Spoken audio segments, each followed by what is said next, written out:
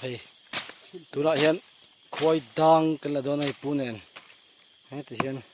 với chun lama hay đi lo phul diam to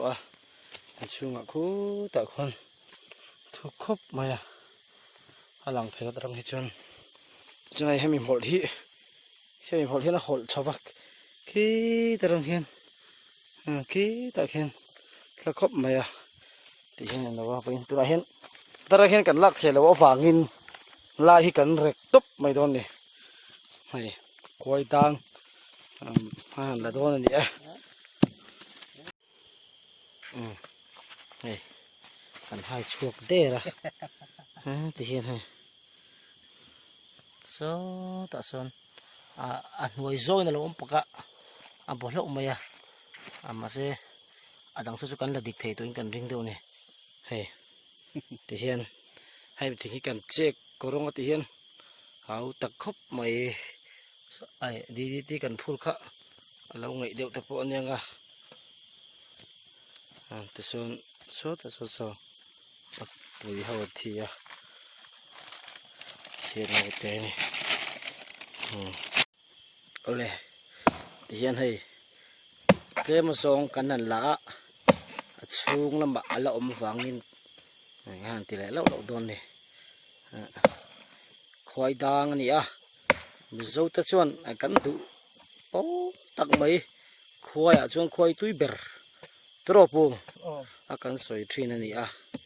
thì hiện cho cần ấy cái mà chơi cái mình ăn sầu các anh này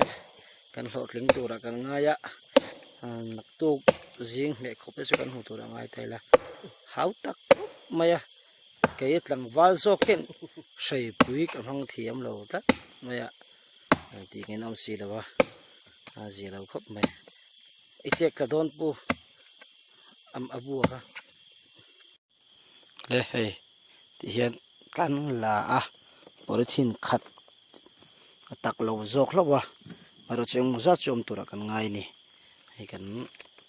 đập bật chuột rất là kém mà dòng chú tắm tắc ôm thầy lục vào háo tắc bay ngót khóc mà hay pu po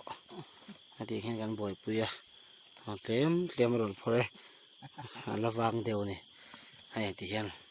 với cái dar li chầu bor ver khan DDT phul thì xuân cho nên cái dar sari in trên căn chua cá tụ lại hiền dar riết lại mình sống như căn da dấu tí đấy là mày lồm làm này